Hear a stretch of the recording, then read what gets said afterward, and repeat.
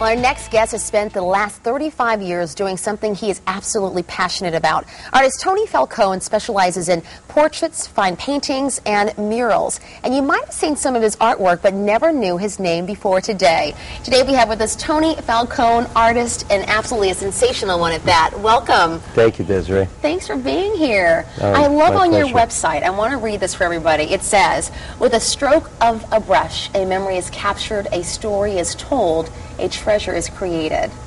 And that is what you do on a day-to-day basis. Thank you. Yep. As an artist. Yep. Let's get into your murals. For a lot of people who do not know, you are the artist and the brain behind Sports Haven's mural, right? That's right. Tell us what you were thinking about. How did that piece of work come to you, and how did you pull it off? I guess it came to me through a friend of mine who was doing some work at Sports Haven and said, you know, such a huge blank wall. What can you do there? You ought to go see these guys. So when I went in and talked to them, I expressed my desire to do the art, but also showed them examples of what I've done. And they said, gee, you know, if you could do something, go for it. Let's see what you can do. So they commissioned me to do a design. And as soon as I showed them a design, they said, it's great, but I showed them horses running through a field, and they said, no, we want jockeys. And then I showed them a second design, and then that's the one we decided on. So when we were driving by Sports Haven and we see this massive building, this massive wall, how do you actually go about doing a mural on that big piece of wall? I mean, that's huge. Well, that's a great question. Generally, the best way to approach it is to think of it like a siege on a castle. I mean, literally, it's over 100 feet high. To plan it, I have to plan every detail.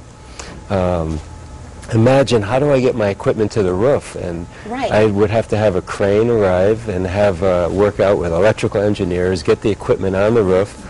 Then I would have a plan just artistically as to what's the master drawing. How's this going to fit the space? And work, whether you're close or you're maybe a quarter of a mile to a half a mile away. So being a professional mural painter and doing public art as a career, I've learned how to get an image to work and be successful visually. And you do that with a storyboard, right? Kind of like with... That's right. And it's almost like paint by numbers, and that's what we're looking at right now. That's what this... I created this storyboard to help illustrate it, and generally you see the finished work and you say, oh, nice, he must have just painted that. But to do it, I had to plan it, and this illustrates just a simple detail on how it gets done. This is a grid, and this is representing 6 feet tall by 18 feet long on the wall. When I'm holding it, it's actually 6 inches by 18 inches, and each box is 3 by 3 inches. So on the wall, each box is 3 by 3 feet. Wow. So when I'm on my scaffolding, I have to grid the wall to match a grid for the whole painting, and then number each box. And then when I come to this part on the wall, let's say this is D27.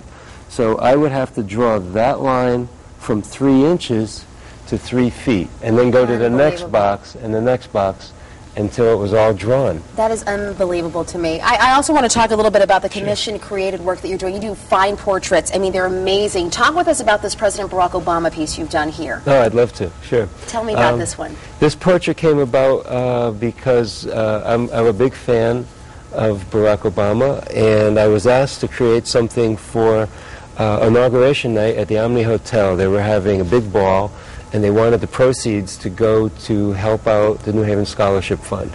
So I wanted to donate something, and I thought, you know, I want people to know that I paint portraits.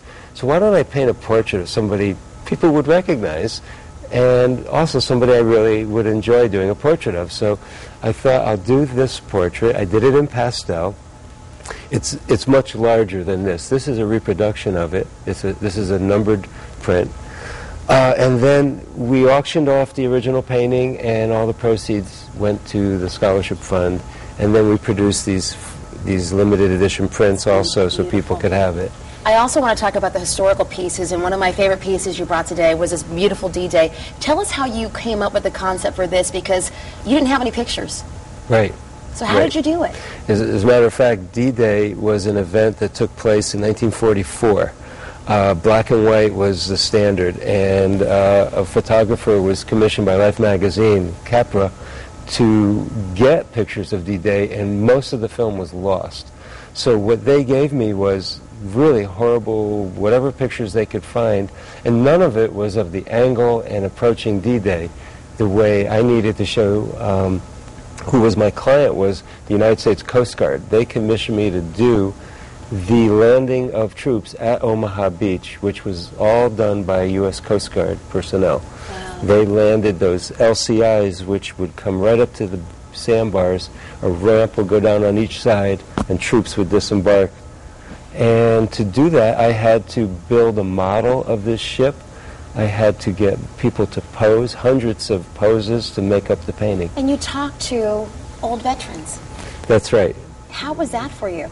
Well, that became the most special part of the painting because I started realizing how profound an event this was. Mm-hmm. And then when I asked the Coast Guard to offer me insight into what happened, they assigned a champion to me, and that champion put me in touch with a gentleman, Albert Green, from Oklahoma City, 89 years old, sharp as a tack, and that fellow would review my sketches via email and mail and comment and make wonderful comments about color and sounds and how people were positioned, what they wore, because in the black and white photographs, they're blurry and you're not able to see everything.